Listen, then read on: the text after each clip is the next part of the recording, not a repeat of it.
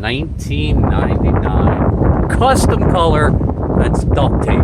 They matched it to a piece of duct tape. This is a body off restoration.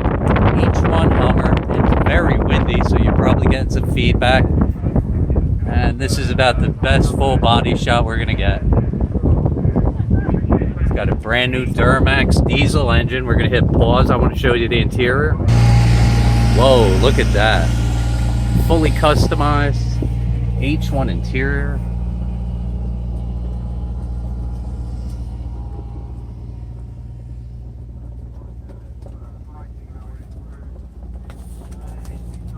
Never seen a Hummer like that.